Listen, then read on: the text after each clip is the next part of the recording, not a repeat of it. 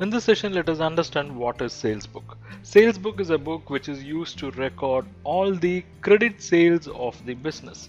It means it will record only the credit sales of goods which are sold in the ordinary course of business, and it will not record cash sales, and it will not record credit sales of assets. It will not record cash sales of assets. So the focus is only on credit sales of goods which are sold in the ordinary course of business. And let's look at the format.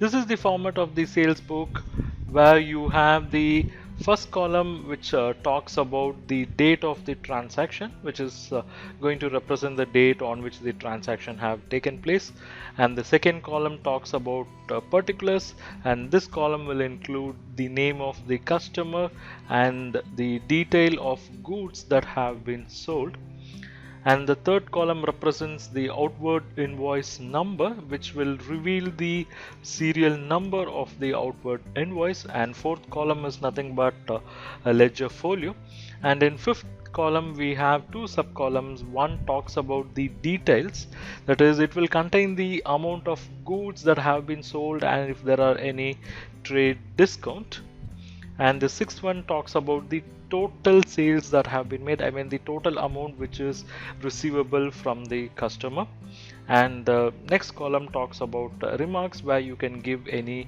extra information. So this is a typical format of a sales book, and let's see how the posting and balancing is done in sales book or from sales book. It is a two-step process. The step one is actually you have to do the daily posting of individual amounts to the debit of customer's account.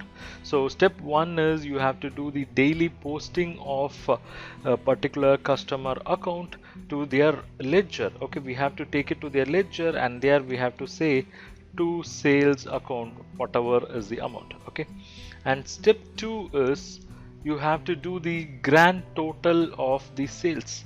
Here you have to do the grand total of the sales, that is, grand total of the sales book is posted to the credit of sales account, that is, you take it to the sales account, and on the sales account on the credit side you would be writing by sundries as per sales book.